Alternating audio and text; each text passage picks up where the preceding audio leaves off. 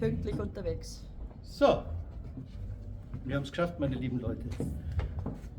Einen wunderschönen guten Morgen. Servus miteinander und grüß Gott da draußen. Heute sind wir wieder auf der Wiesn unterwegs, Digi-Wiesn. Heute ist Montag, der für mich 5. Tag sozusagen. Und heute haben wir ein spannendes Gesprächsthema mit extrem tollen Gästen. Wir sprechen heute über das Thema Höher, Schneller, Weiter. Warum Exzellenz wichtig ist. Ja, und da begrüße ich ganz gerne die Hilde Klerk an meiner Seite. Grüß dich, Werner. Nimm gerne das Mikrofon. Grüß euch, grüß dich, Werner. Schön, dass ihr dabei seid. Schön, dass du da bist. Du bist ja schon fast Stammgast bei uns. Oder ist fast, du bist Stammgast. Und ich freue mich, dass du dabei bist. Und du bist ja mit Exzellenz fast geboren. Also mit dem Drang nach Höheren, nach Schnelleren, nach Weiteren. Bei dir war es meistens das Schnellere. Als wie vielfache Olympiasiegerin? Olympiasiegerin war ich einmal, Weltmeisterin war ich einmal, 20 Weltcup-Rennen habe ich gewonnen. Wahnsinn. Und ein paar Disziplinenwertungen, ja, waren schon ein paar große Erfolge dabei. Begeistert mich. Wir reden dann gleich nochmal ein bisschen darüber. Das ist ja dieser Mut, den man eben auch braucht, wenn man sagt, ich will besser sein als andere. Und das wird heute genau unser Thema sein, warum wir mehr Mut zu dem Thema besser sein brauchen, wollen, wie auch immer. Ja, ich darf Armin Gastel begrüßen. Servus, schön, dass du da bist. Du bist ja nicht nur ein Münchner Urgestein, du bist auch Gründer des Bier und Wir e.V.s, ein ganz toller Verein, nach dem German Mittelstand der zweitwichtigste Verein in ganz Europa. Eine meiner wesentlichen Lebensaufgaben. Ja. Aber im Nebenberuf hätte ich jetzt fast gesagt, also das ist eigentlich dein Hauptjob sozusagen, Stadtratskandidat für unsere Stadtratswahl hier in München. Du hast das mir vorhin eingeflößt. Am 8. März nächsten Jahres ist es soweit, da möchte ich in den Münchner Stadtrat einziehen. Und das ist natürlich jetzt nicht mein Hauptjob, sondern es ist meine hauptsächliche besondere Betätigung. Aber ich bin primär doch Unternehmer im Bereich der Sportkommunikation und des sportlichen Umfeldes. Ja. Also Sport, wir haben wieder heute viel Sport da, weil es genau da eben diese Triebfeder gibt. Ne? Also du musst ja besser sein wollen als andere. Ich glaube, heutzutage haben wir oftmals die Diskussion, das Mittelmaß irgendwie reicht. Wie siehst du das denn? Also im Sport hat man vor allem auch immer diese Herausforderung, dass man immer besser ist, ein Stück besser als man selbst schon ist. Gell? Also immer diesen Anspruch natürlich dann auch im Wettkampf gegenüber den anderen zu bestehen, aber wichtig ist einfach, dass man sich selber immer wieder zu Höchstleistungen motiviert, an die Grenze zu gehen und so. Gell? Und dieses möchte ich nur der Beste sein in der Klasse, möchte ich noch der Beste beim Studium sein, habe ich noch den Antrieb beim Sportfest Leistung zu bringen. Ja, die Frage ist auch, erziehen wir unsere Kinder noch so dazu oder ist es einfach, verschwimmt es ein bisschen, ist ein bisschen weicher, haben wir andere Werte, die für uns wichtig sind. Extrem wichtig ist, glaube ich, für einen Unternehmer, für einen Studenten, für einen Schüler, ganz egal, dass er was findet, was einem selber wirklich antreibt. Weil für mich war das im Sport immer so, dass das habe ich geliebt, was ich da gemacht habe. Und dann wollte ich natürlich das besser können und noch perfektionieren, diesen Schwung perfektionieren, diese Kraftwerte perfektionieren. Und ich glaube, im Unternehmertum das umzulenken ist, das meine Personalabteilung besser zu strukturieren, meine Führungskräfte besser auszubauen, wie sagt man da so schön, die Prozesse besser ablaufen, gell? Dass einfach das alles optimiert wird. Und wenn wir den Drang nicht mehr haben, dann können wir natürlich auch nicht mehr die Besten von der Welt sein.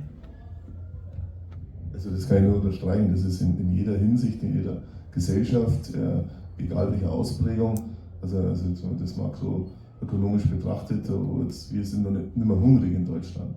Ich glaube, die Chinesen und die Schwellenländer und dergleichen, die haben noch richtig Bock zu siegen und nach vorne zu kommen. Bei uns macht sich bisweilen eine gewisse Gleichgültigkeit so breit. Und wir brauchen das aber. Wir brauchen diesen Ehrgeiz und wir brauchen dann auch Leute, die nach vorne treiben, so wie sportlichen Fortbilder, wie die Hilde, die halt hier das ständig bewiesen hat. Und aber auch im ganz Kleinen, weil das gerade angesprochen wurde, das ist innerhalb der Familie, selbst wenn meine Kinder mal sind, so, wer ist jetzt der Beste, der den Müll am besten rausträgt, der die Spülmaschine am besten sauber macht oder rausholt und so weiter. Also das kann man, so Wettbewerbscharakter kann man in verschiedensten Themenumfeldern platzieren.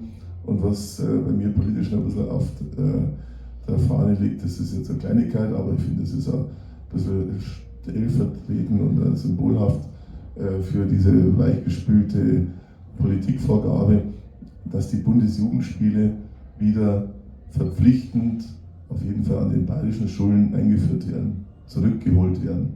Weil das ist für mich so ein Tabubruch gewesen, weil ich gesagt habe, jetzt müssen wir den Leistungsaspekt entziehen, weil das ist ja so psychologisch belastend, wenn dann der kleine, dicke Thorsten oder wie heißt der dann nicht mitkommt. Aber das Leben ist nun mal Leistung. Du kannst den kleinen dicken Werner dabei benennen. Ich war immer der Schlimmste, diese Bundesjugendspiele, ich habe sie nicht wirklich geliebt. Ich war auch immer der Schlechteste, aber irgendwann habe ich eine gechillte Nummer draus gemacht und dann war es auch okay. Also man muss auch mit sowas umgehen können, sozusagen als Kind vielleicht manchmal schwieriger. Umso älter ich geworden bin, umso leichter ist es mir gefallen. Aber das bringt mich nochmal, bevor wir über die globalere Sicht sozusagen auch sprechen. Wie war denn das bei dir als Teenagerin? Wie hast du dich denn motiviert, überhaupt besser zu sein? Und wie hast du diese Energie bekommen? Wurde dir das von zu Hause beigebracht? Ist das dir in die Wiege gelegt worden? Oder wie funktioniert das? Nein, also in die Wiege gelegt worden ist mir, glaube ich, dass man sich durchkämpft und dass man einmal schwierige Situationen einfach übersteht. Aber das auch mit einer gewissen Ruhe. Also mein Papa hat mich geprägt mit einem Spruch, in der Ruhe liegt die Kraft. Mein Schulweg war ja vom Berg 1500 Meter im Winter, zum Beispiel mit den Ski. Jetzt hat es da in der Früh 15 cm Neuschnee, deswegen haben wir auch runter müssen. Mein Papa mit dem Skido, ich mit den Ski, wir waren da jetzt nicht allein, es sind auch andere Kinder mitgefahren. Ja, er fährt einen anderen Weg runter, weil er über die Skipiste nicht da runterfahren kann mit dem Skido, als wir jetzt an mir 3 kleine Zwutschgerl zwischen 8 und 10. Ja, jetzt haben wir da stampfen müssen, da haben Schnee, Schulranzen hat Gott sei Dank er dabei gehabt. Ja, wir sind dann schon irgendwann einmal angekommen. Bei uns hat halt dann die Schule um 8:30 Uhr begonnen und nicht um 8 Uhr, weil wir halt um 8 Uhr noch Schnee gestapft sind. Aber er hat uns das zugetraut, dass wir da runterkommen, hat dann unten auf uns gewartet und hat gesagt, ja, völlig in Ordnung, jetzt sind wir halt ein bisschen spät dran, so ist halt das. Und dann hat er uns in die Schule gebracht. Und dieses Zutrauen und diese Herausforderungen auch zu meistern, das war jetzt für mich so ein Grundstock, was ich mitgekriegt habe mit dem Leben am Berg. Das war ja im Sommer teilweise genauso aufwendig als wir jetzt im Winter. Nur als Beispiel. Und dann dieses Skifahren, das hat halt mir Spaß gemacht. Da bin ich von der Hütte weggekommen, da habe ich der Mutti nicht in der Küche helfen müssen. Sorry Mama. Und ich habe das geliebt, einfach das Skifahren. Dann auch im Skiclub, wenn es dann darum geht, wir fahren jetzt am schnellsten durch die Tore. Das habe ich am Anfang nicht so gut können, weil ich halt erst sehr spät eingestiegen bin. Und für mich war das immer der Reiz, mich selber zu verbessern. Also wenn man es auf den Punkt bringt, war das immer das. Und das ist dann auch mit 14 so gewesen, da ist dann die Diskussion gewesen, magst du die Schule jetzt vor Ort weiter oder gehst du eben nach Garmisch? Und später bin ich ja dann nach Berchtesgaden an die Schule gegangen, weil das einfach zu Hause nicht mehr koordinierbar war mit der weiten Anreise und so. Und das war für mich auch wieder eine Herausforderung. Ja. Plötzlich habe ich mich in einem Internatszimmer in Garmisch wieder gefunden und bin dann nächsten Tag, erster Schultag Richtung Klassenzimmer gegangen. Da bin ich da geschaut, oh Gott, ich kenne jetzt keinen einzigen Menschen.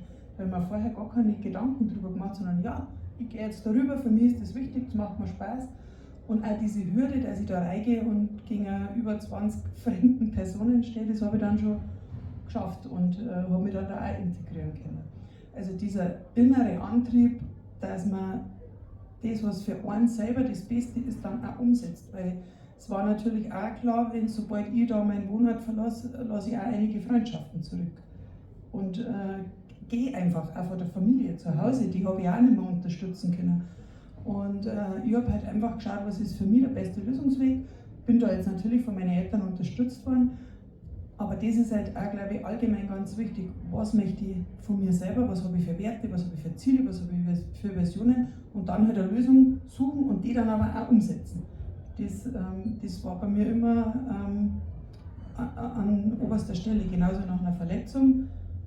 Wie wäre ich jetzt wieder fit? Da suche ich mir meine Lösungen. und nicht die Lösungen, die wo man vielleicht der Arzt vorgibt, der Physio oder der Verband vielleicht, sondern das, was für mich am besten ist. Also eigenständiges Denken ist, glaube ich, das ist schon mal ganz so wichtiger Baustein. Prost, also Servus, Prost. Für unsere Stammzuschauer, die wissen das schon, aber wir haben hier alkoholfreies Weißbier. Ja, bitte. Weil ich glaube, anders wird man die Wiesen nicht überleben, wenn man jeden Tag seine Sendung macht und die Geschichten macht. Also, ja, wir haben gerade gesprochen über eigenständiges Denken. Ich glaube, wir haben vieles, was uns vorgedacht wird, was uns vielleicht uns bequem gemacht wird, was ja alles schön ist. Also der Mensch, oder ich besonders, bin ja auch sehr bequem in vielen Dingen und ich liebe auch meine Couch und was weiß ich was immer. Aber man muss dann einen Punkt erreichen, dann auch wieder aufzustehen. Ist das auch in der Politik oder siehst du das auch in der Politik so, dass es viel Bequemlichkeit, betreutes Denken, sage ich oft dazu? Ja, wir haben die Problematik, dass wir zu große Angsthasenpolitik praktizieren. Also es gibt keine visionären Vorreiter, die mal sagen, wir machen das. Ja. Einfach mal weg mit Konventionen, es ist alles in einem ganz engen Korsett von finanziellen Vorgaben, von ideologischen Strukturen und dann gibt es immer die Weichspüllösung, wenn man nicht mehr weiter weiß, gründet man einen Arbeitskreis, ja, es kommt nichts raus dabei. Und das ist die Geschichte bei einer Überdemokratisierung, wenn ich es mal so nennen darf, dass halt gute, tolle Lösungen immer stattfinden. Und das übergeordnete Bürgerinteresse weicht dem ganz primitiven Einzelinteresse, weil er sagt, das ist mir dann, der Kindergarten kommt, dann habe ich Ruhestörung, mag ich nicht, wird durchgesetzt. Oder hier der Ziegenmelker, der komische Vogel, der sich da in Tübingen da eingenistet hat, wo man vermutet hat, der nistet sich ein und den ganzen Klinikbau über Jahre hin verzögert. Ja. Und da haben wir also den gesunden Menschenverstand ein bisschen missen lassen und wir brauchen da eigentlich Persönlichkeiten, die sagen, das machen wir jetzt und mir ist wurscht, welche Partei oder sonst was. Es geht ja um die Bürger und um die übergeordneten Ziele und da vermisse ich so im Konsens übergreifend das Mitmachen und ich glaube, dass womit die Leute anders anspricht, dass man weiterkommt. Ja? Und wir brauchen auch Leuchtturmprojekte, auf die wir stolz sind, dass wir halt solche Idole, jetzt die Hilde, dass die halt auch mit einbezogen werden und sagen, das ist hier ein leuchtendes Beispiel, was hier gestaltet werden kann oder was der Charaktere sich herauskristallisieren und die haben in der Politik leider auch zu wenig. Ist das ein Henne-Ei-Problem? Also jetzt mal gefragt, fing das an mit der Politik, die uns zu viel Vorschriften gegeben hat, auch im positiven Sinne ja gemeint. Das war ja nie, um uns zu drangsalieren. Es wurde ja später daraus dann eher eine Drangsaliererei. Oder lag es an den Vater, der halt unter den Kirschbaum dann mittlerweile Matratzen drunter legt, damit der Bur nicht so tief fällt oder das Marken, ist ja wurscht, wer auch immer.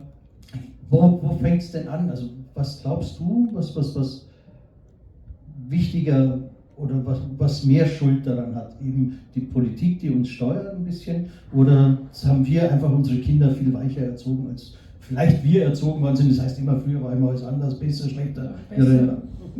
Also das mag ich eigentlich gar nicht, dass man überhaupt von schlechter und besser spricht und schon gar nicht von früher war alles besser. Gerade jetzt auch im Sport, ich darf jetzt nicht sagen, dass meine Trainingsmethode und so genauso, wie wir das damals gemacht haben, dass das jetzt auch noch wirkungsvoll ist, weil sich die Jugend verändert hat, die jetzt den Sport betreiben. Die Vernetzung untereinander ist viel intensiver. Also ich habe im Sommer nicht gewusst, was meine österreichische Kollegin da am Training macht. Das können über die Social Media, können die das ja alles nachvollziehen. Und man muss einfach auf den Jetzt-Zustand eigentlich eingehen und daraus wieder die besten Lösungen finden. Und jetzt Henne oder Ei, das ist immer schwierig, weil wir uns natürlich generationenübergreifend, ich bin jetzt, also meine Eltern sind XY erzogen worden, wir sind XY erzogen worden und man denkt sich immer, oh, ob ich das jetzt meine Kinder zumuten möchte, dass die jetzt so viel arbeiten und sich so aufarbeiten, erziehe ich meine Eltern mit 65 und keiner kann sich mehr bewegen. Also das muss irgendwie ein bisschen eine andere Lösung geben. Gell? Dieses lange gesund bleiben, dieses fit bleiben, diese Anführungszeichen Work-Life-Balance, ich mag ja dieses Wort gar nicht, weil ich so ja Arbeit haben, die wo mich nicht stresst, die wo mir auch Spaß macht, wo ich vorwärts komme. Das ist, glaube ich, so ein Hauptding, dass man die Jugendlichen auch wirklich wieder das machen lassen sollte, was sie eigentlich wirklich mengen. Wenn er nicht studieren mag, dann muss er halt auch nicht, weil der hat ein inneres Gefühl dafür, was er in seiner Generation auch braucht. Gell? Die sind da oft viel besser und viel weiter als wir selber, als wir Eltern, wo wir meinen, wir müssen einer das sagen, jetzt schwappt das halt einmal in die eine Richtung, jetzt muss man wieder nachpendeln und muss sagen, oh ja, jetzt sind wir vielleicht da ein bisschen verweichlicht, jetzt müssen wir wieder ein bisschen mehr machen. Die andere Seite ist halt, glaube ich, einfach, dass wir andere Skills brauchen. Wie du jetzt gesagt hast, wir haben Strukturen, feste Strukturen, alles muss seine Reihenfolge ablaufen. Die heutige Welt, die ist anders, die geht schnell. Gell? Wir reden jetzt da und vielleicht schaut uns einer in Hamburg zu, vielleicht. Das war ja früher überhaupt nicht denkbar gewesen, wie schnell dass man da vernetzt ist. Und diese Skills müssen die Leute kennen. Wir können uns jetzt ein Drehbuch ausschreiben lassen, der KI sagen wir 5 Sachen und plötzlich hättest du schon eine Buchvorlage. Ob das jetzt alles noch so gut schon ist, aber es wird so kommen. Ja. Also da dürfen wir uns nicht verschließen davor. Deutschland und gerade Bayern hat die Werte, dass sie strukturiert sind, dass sie bodenständig sind, dass sie perfektionistisch sind, dass sie visionär sind. Und das darf man auch beibehalten, bloß halt umgelegt auf die Dinge, was halt jetzt gebraucht werden. Und das hat uns China vorgemacht, das macht uns, glaube ich, auch Indien vor. Und die Sachen, wo die da gut machen, warum sollten wir uns jetzt die nicht von denen abschauen? Die haben uns jahrelang auch das Zeug abgeschaut. Da darf man sich dann auch nicht verschließen. Gell? Also dieses schnelle, offene und nicht immer zurückschauen, was war früher gut und was kann man da noch brauchen, sondern einfach mal so einen Cut machen. Ich mache ja auch Coachings mit Sportlerinnen, mit Menschen, die einfach einen neuen Ansatz brauchen.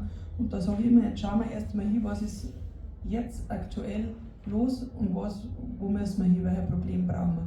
Und welche Lösung brauchen wir für dein Problem. Und dann muss man halt natürlich auch suchen, wieso traut sich der dieses Problem nicht zu lösen. Und da gibt es natürlich Ursachen und da darf man reinschauen. Und die muss ich in einem Unternehmen genauso herausfinden, als wir bei jedem Menschen halt ganz tief drin auch selber.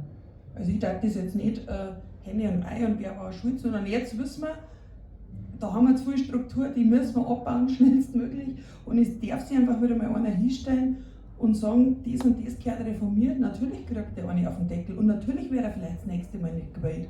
Aber trotzdem hat er es probiert und hat sich seiner Aufgabe halt gestellt. Sie am Beckenbauer, ich glaube, die Aktion, dass wir 2006 das Sommermärchen da gehabt haben, war für Deutschland unfassbar. Und dann gingen sie aber halt hin und müssen den demolieren bis aufs Letzte. Und darum traut sich das auch keiner mehr. Ist ja logisch, weil es gibt immer eine Schiene, die wo drauf hat. Aber wenn wir uns der Herausforderung nicht stellen, dann wird es halt nie mehr jemand machen. Gell? Also bist du jetzt prädestiniert. Im Stadtrat. Natürlich haben wir da eine kleine Stellschraube, die man dran kann. Aber also, man braucht jetzt schon eine kleine Vision. Und bei mir gehört dazu, dass ich ein Konzept entwickelt habe, dass München die sportlichste und gesündeste Metropole der Welt werden soll. Das ist natürlich jetzt ein hoher Anspruch. Ob man es schafft, weiß man nicht, aber zumindest ist das eine Aussage, wo ich sage, wir orientieren uns an dieser Thematik, an dieser Idealvorstellung.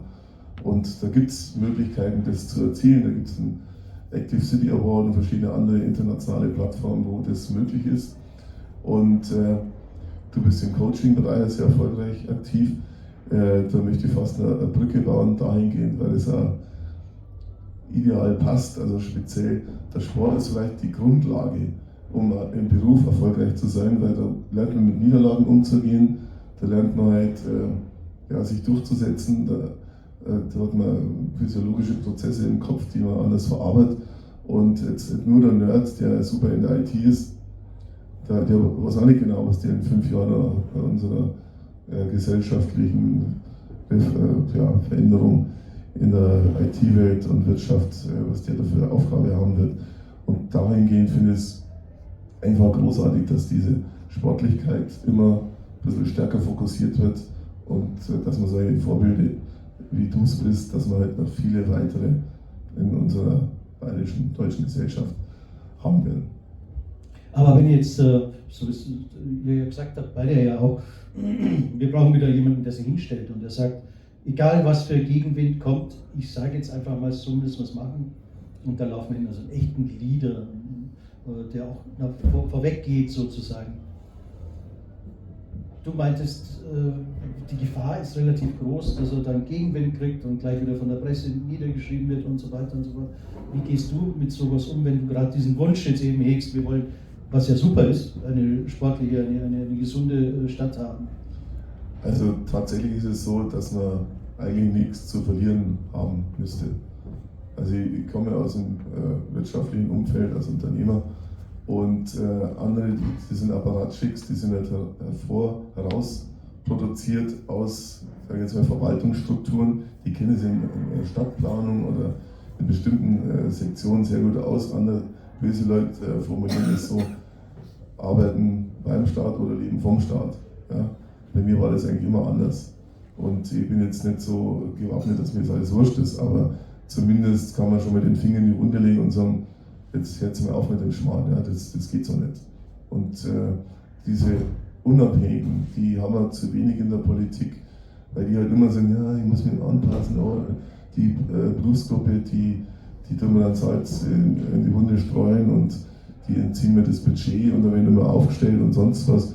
Eigentlich muss ich sagen, ich mache jetzt hoffentlich das dann bei 6 Jahren Stadtrat und dann danach wird abgerechnet und in der Zeit schauen wir, was man alles bewegt und auch ganz wichtig in der großen Politik, die tun sich immer nach Stimmungsverhalten anpassen. Also die müssen aber oft Entscheidungen treffen, die schmerzvoll sind. Es tut weh und es ist jetzt, ich sage jetzt mal Bürgergeldreduktion oder Reformation, das ist nicht schön für viele Leute, aber es hilft, wie damals Schröder Agenda 2010, da muss man mal sagen, jetzt machen wir was. Olympia haben wir jetzt bei uns das Thema. Olympische Spiele in München, das wäre ein Segen. Und dann sagen, ja, das ist aber blöd, dann machen wir eine Bausche, kommen noch viel mehr Touristen und ja, so ein Schwachsinn, ganz ehrlich. Also es tut mir leid, die Leute, die am liebsten, der neige schon zur Beleidigung ist, aber so diese Anti-Argumente her, weil das zeugt ja davon von einer gewissen Intoleranz und vielleicht von einer schlechten Aufgeklärtheit, weil wir brauchen diese Investitionen. Wenn es Minga nicht kriegt, dann kriegt es Berlin. Dann haben wir statt 8 Milliarden Länderfinanzausgleich nur mit 2 Milliarden, dass Berlin das kriegt. Von mir setzen wir es drauf. Und jede Wohnung, die gebaut wird, ob es jetzt ein Studentenapartment für die Olympischen Spiele sind oder nicht, ist eine gebaute Wohnung. Und dann ist es so, die sind die Bedenkenträger, und in dem Fall ist die ÖDP und die Linken und so weiter, Teile der Grünen auf Landesebene, die dagegen sind, die machen einen großen Fehler und für mich sind es ganz böse Nationalisten.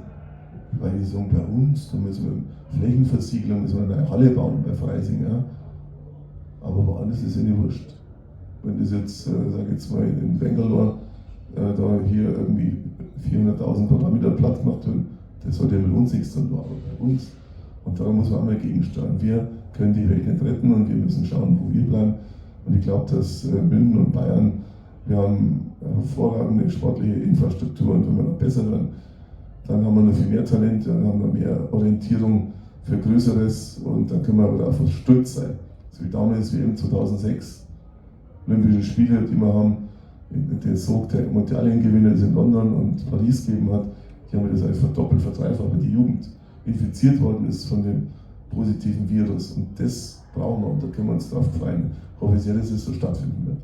Also Olympia ist ein ganz spannendes Thema, hier mit der Olympia-Bewerbung. Du bist ja da auch sehr aktiv, zumindest habe ich auf Instagram schon etliches gesehen von dir. Auch das ist ja eine Energie, die hier ins Land getragen wird, zu den Menschen getragen wird, wenn solche Spiele stattfinden, Sommermärchen, was auch immer. Wir brauchen ja auch dieses Positive, das schöne Surrounding, was uns kreativ macht, was uns ja auch anders umsetzt. Ich denke halt, wir sind jetzt an einem Punkt, wo wir sagen, bewerben wir uns oder bewerben wir uns nicht. Also wir sind ja noch meilenweit weg davor, dass wir sagen, wir richten diese Spiele jetzt aus. Also der Bewerbungsprozess und dass wir dann angenommen werden und so, das ist ja noch lange nicht durch. Und für mich ist das aber so ein Zeichen, wo man sagt, ja, wir können das. München, Bayern kann Olympische Spiele ausrichten, Olympische Sommerspiele. Und da bin ich fest davon überzeugt, dass das ganze Umfeld, der Mensch Münchner, der Mensch Bayern, wir mit unseren Ideen, also der Staat, eine Gesellschaft, das sind ja immer die Menschen, die wir da drin leben, ob der jetzt Grünwelt, Rotwelt, Schwarzwelt, Lila, Blau, Grün, also scheißegal, der Mensch ist der Mensch. Und ich glaube auch, dass das wichtig ist, dass man da Kompromisse findet, dass man sich da abspricht, was ist in Ordnung, was ist nicht in Ordnung. Man hat ja die Möglichkeit, auch diese Spiele neu zu denken, diese Ausrichtung der Spiele neu zu denken, weil wir reden von einer Bewerbung von 2040, 44, also da wo ich dann mit dem Rollator komme, habe ich so lustigerweise mal gesagt. Aber jetzt ist das Signal für mich ganz, ganz entscheidend, dass man sagt, wir können das und wir sind wirklich in der Lage, auch mit diesem Know-how, wie werden denn Spiele 2040 ausschauen, wie wird das Ticketing ausschauen, wie werden wir da durchgehen, wo übertragt man das, wie werden das ausschauen, das sind ja nur 20 Jahre dahin, das ist ja irre. Und da glaube ich schon, dass wenn man da jetzt sagt, okay, da möchte man dabei sein, dass da so viele innovative Prozesse dann stattfinden, weil der Sport ist immer mit Dingen an erster Stelle. Gell? Die möchten immer das Beste für sich.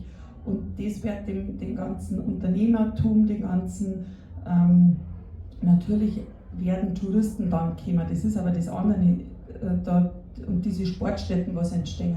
Aber da ist noch viel, viel mehr Know-how drin und die Leute, die dann da vielleicht eine Bachelorarbeit machen, da dabei sind, dass sie irgendein neuartiges Ticketing zum Beispiel, fällt mir jetzt nur über die Digitalisierung ein, dass die da neue Erkenntnisse schaffen. Die werden dann 10 Jahre später dann vielleicht einfach das Mega-Startup haben und dann sind wir wieder, also haben wir das Wissen halt einfach zu Hause. Und das ist also dieser Ansporn, wo ich sage, Mensch, da haben wir ein Ziel und auch dieses, ja, wir können das, wir machen das und wir können das. Und das war halt so mein Wunsch, dass man sagt, man traut sich überhaupt einmal sich zu bewerben. Weil das ist ja genauso, wenn ich sage, mit 10, jetzt fahre ich mal als Schülerin, dann möchte ich ja noch nicht Olympiasiegerin werden. Wir haben am ersten Digiwiesentag bei unserem gesagt, ist Talkrunden den Fabian Mehring-Tag gehabt, Digitalminister hier in Bayern, und den Stefan Rummel, natürlich auch Ingebert Veit von Huawei, aber Stefan Rummel ist der Messechef. Wir haben die IAA ja hier jetzt vor kurzem auch in München gehabt. Ne? Da hat man ja auch viel dagegen gesprochen mit diesen Freizonen, die wir hier an der Ludwigstraße und was weiß ich was gehabt haben. Ich weiß nicht, wart ihr auf der IAA dort an diesen Punkten vertreten? Auch hier, glaube ich, hat es eine wahnsinnige Stimmung gebracht. Also diese Veränderung im Kopf, im Mindset. Man hat wieder das Thema Automobil oder Mobilität nochmal ganz anders wahrgenommen. Und diese Energie, die dann davon ausgeht, finde ich extrem spannend. Und das ist das, was du auch gerade gesagt hast, Richtung Unternehmertum. Wir bashen immer wieder gerne auch die Politik Richtung Berlin, Brüssel, was weiß ich wo ich meine. Vielleicht auch hier Richtung Staatskanzlei ab und an, auch nicht so oft. Aber wir brauchen ja gar nicht über die Politik bashen, wir müssen ja auch bei uns persönlich anfangen. Und wenn du jetzt gerade das Unternehmertum auch angesprochen hast, ich helfe ja außerhalb der Wiesenzeit sozusagen Menschen, Unternehmen, den Mut zu entwickeln, wieder stärker sichtbar zu werden, zu zeigen, wie gut wir sind, was wir Tolles können, was für ein tolles Unternehmen das ist und nicht nur in der Nachbarschaft, sondern halt auf internationalen Bühnen. Wie ist das bei dir, wenn du mit deinen Unternehmerinnen und Unternehmern sprichst? Was für ein Gefühl hast du da? Also Beispiel war jetzt ja mit der IAA. Also wir brauchen solche Treiber und wir können unheimlich stolz sein, dass es gelungen ist, und Clemens Baumgärtner die IAA nach München zu holen. Und letzten Endes, wir sprechen ja alle von der großen Klimakrise und dergleichen, die sicherlich existiert, die wir nicht abstreiten. Aber Lösungen gibt es immer nur durch Forschung und Innovation. Und wenn wir keinen Nährboden haben für Startups und für Crowdfunding oder für staatliche Zuwendungen oder für gute Forschungseinrichtungen, dann kippt das Ganze. Dann haben wir langsam größere Probleme in Deutschland, weil wir waren immer Innovationsführer und wir dürfen die Leute nicht haben, die uns hier, die Fortschrittsbedenkenträger, die immer sagen, wir sägen lieber den Ast ab, auf dem wir sitzen, irgendjemand muss den Sozialstaat auch bezahlen. Ja, irgendjemand muss den Sozialstaat zahlen, das stimmt. Du nicht. Wir alle zusammen zahlen das ja. Und ist auch richtig, also da brauchen wir gar nicht drüber reden, aber genau das ist es ja eben. Du musst dann eben die Unternehmen und Unternehmerinnen, die musst du mehr nach vorne peitschen, um zu zeigen, dass wir international auch auf einer Ebene spielen. Wenn wir jetzt sage ich immer mein Lieblingsbeispiel, den Schokoladenförmchenbauer, der sitzt in Glonn, das ist in meiner Heimatgemeinde, sozusagen Landkreis Ebersberg, in irgendeinem ganz kleinen Dorf, ist Weltmarktführer für Schokoladenförmchen. Also alle Osterhasen und Nikoläuse kommen aus seinen Formen raus, sozusagen, macht das für weltweit. Kennt halt nun mal aber keiner. Wir als Region können eigentlich stolz sein, dass wir solche Unternehmer und Unternehmerinnen haben. Und das ist eben der Punkt, wir müssen das mehr in den Vordergrund spielen. Wie habt ihr jetzt das auch aus dem Sport natürlich gesehen, wenn du jetzt Unternehmen auch coacht oder die Personen coacht, wie wichtig ist da dieses Thema eben, zeig dich, geh raus, sei vorne. Ja, das ist, also ich arbeite gerade an einem Vortrag, der heißt Mut zur Veränderung. Okay. Ja, und ich arbeite gerne mit Menschen, also nicht mit dem ganzen Unternehmen, sondern mit den Menschen, die einfach da drin arbeiten. Und man hat immer seine Themen, warum man jetzt entweder was nicht verändern möchte, zu lange da beharrt. Da kommen natürlich immer Dinge aus der Vergangenheit, Erlebnisse, Emotionen. Und genauso ist es, wenn man sich nicht nach außen traut, wenn man sich nicht zeigen traut. Der Bayer ist ja allgemein sehr zurückhaltend mit dem, dass er das, was er kann, nach außen trägt. Das ist jetzt auch so eine Struktur, die ist ein bisschen in unserer DNA verkörpert. Und dieses Marketing und ich zeige mich und da kommt eher so dieser negative Einfluss, wie das Facebook vielleicht mal oder die Lokalisten oder wie das ganz früher geheißen hat, wo dann jeder das Handy aufs Klo oder zum Kochen mitgenommen hat und man gesagt hat, das muss ja nicht jetzt jeder wissen. Und dieses Hochstaplerische war, ich kann das und das und das und das und letztendlich bringt er dann aber das trotzdem nicht zusammen. Das mag man halt verhindern. Aber es wird halt immer wichtiger, dass man wirklich das, was man kann, wenn man sich dem sicher ist, was man kann, dann darf man sich auf seiner Bühne, also die Person selber auf seiner Lebensbühne, dann darf man das mit Charisma und mit dem, was man kann, einfach auch nach außen zeigen. Da muss man ja nicht hochstaplerisch sein, aber man darf es und man muss zeigen. Und der Unternehmer darf genauso, wenn der genau weiß, was möchte ich, wo möchte ich hin, was ist meine DNA sozusagen, an der darf man auch immer wieder ein bisschen schrauben, weil die Werte sich natürlich verändern. Also die Werte von vor 2020 sind jetzt sicher nicht mehr so relevant, wie sie jetzt sind. Also ganz wichtig, da nochmal zum Schrauben. Und dann darf ich auch nach außen gehen. Und sobald ich diese Arbeit gemacht habe, da nochmal in mich gegangen bin und einmal die ganzen Probleme und Hürden und Hindernisse, was eventuell sein könnte, quasi ein bisschen eliminiert habe und auf der emotionalen und Gefühlsebene neu definiert habe, dann traue ich mich da auch nach draußen und traue mich und wage einmal den Schritt in was Unbekanntes. Wie du so schön gesagt hast, beim Skifahren gibt es den Startschuss, da muss man raus, gell? Aber es ist natürlich auch so, dass dahinter, bevor man die Stecken über Startstangen tut, viel Arbeit passiert ist und viel Druck Arbeit worden ist, dass man dann sagt, ja, endlich ist Rennen, endlich darf ich raus, endlich kann ich sagen, was ich mag.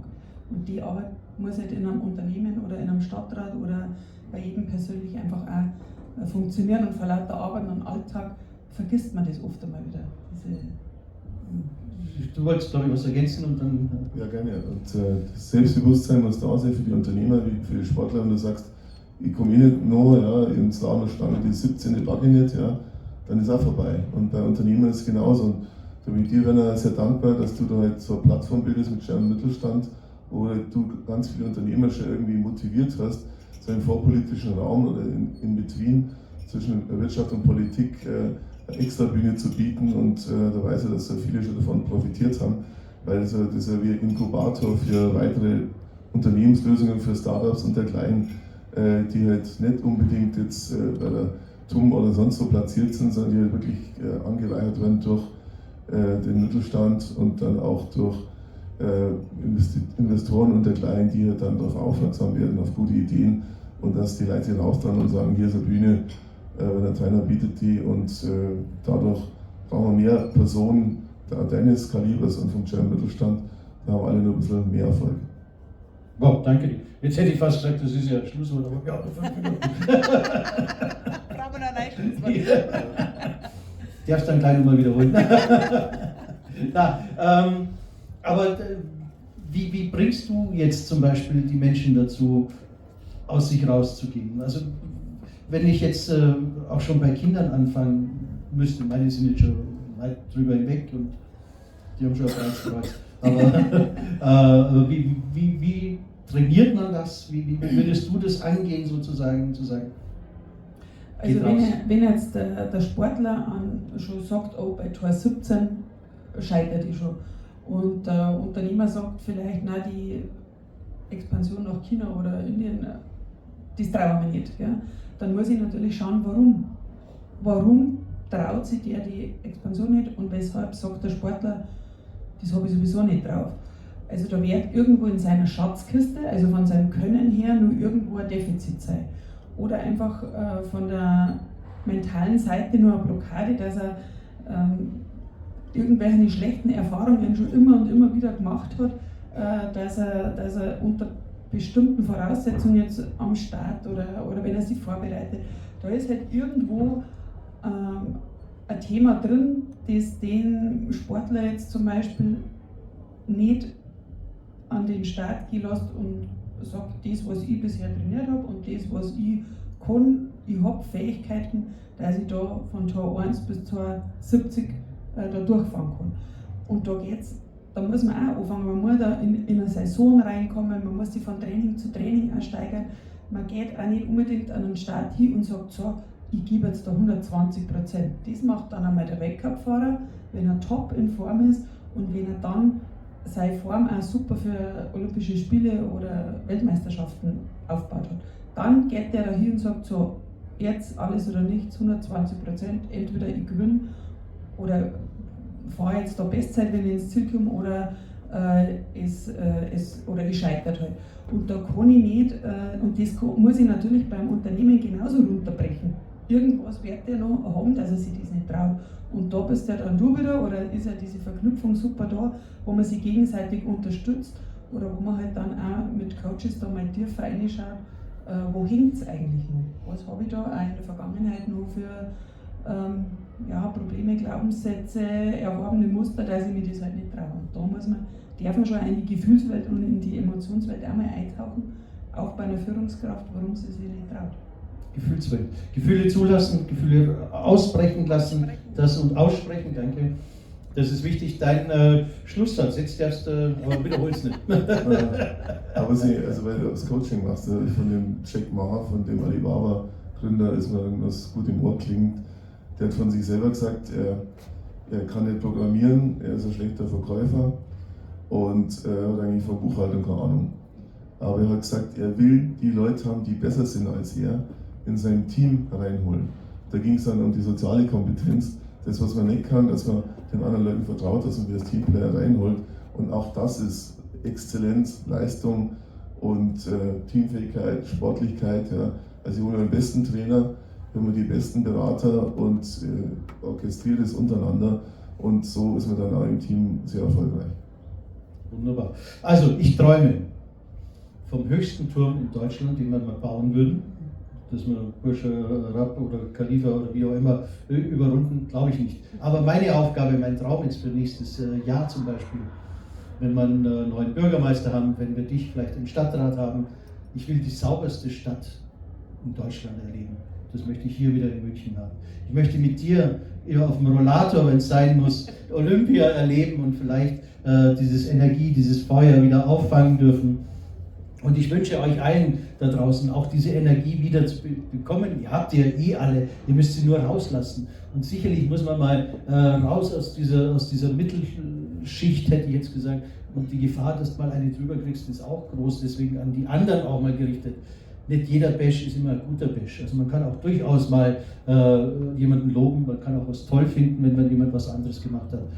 Und sagt das auch mal. Ich sage jetzt zum Beispiel, super Mary, danke, dass du mich hier unterstützt. Ein tolles Lob an dich und an euch, dass ihr da wart. Ganz, ganz, ganz herzlichen Dank. Und wir freuen uns jetzt auf ein paar gute Weißwürste. und noch bessere Gespräche. Und ihr, euch zu Hause, wünsche ich einen schönen Tag. Wir sehen uns morgen wieder, wenn ihr wollt. Es geht um das Thema Sicherheit. Am Donnerstag kommt Staatsminister Georg Eisenreich, am Mittwoch, Entschuldigung, Georg Eisenreich zum Thema Xenvern, Fake News sozusagen. Und schlussendlich am Freitag das Finale mit dem Wiesenchef. Servus, ciao und